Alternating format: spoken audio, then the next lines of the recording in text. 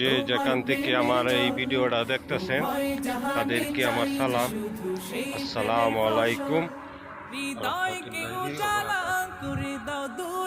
আজকে আপনাদেরকে দেখাবো বাংলাদেশের থেকে আসছিলাম সৌদি আরবে ভাগ্যের চাকাটা ঘোরানোর জন্য। যে কপালে সুখ না লেখা থাকলে সুখ আনা যায় না, সব আল্লাহর হাতে, এই মালিকের হাতে। আল্লাহ কি কষ্ট দিতেছে পরীক্ষা করার জন্য, আল্লাহ পাক কি জানে।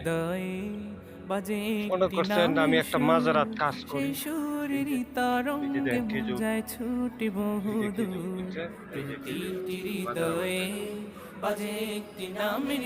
আল্লাহর রহমতে ভালোই আছি আমি।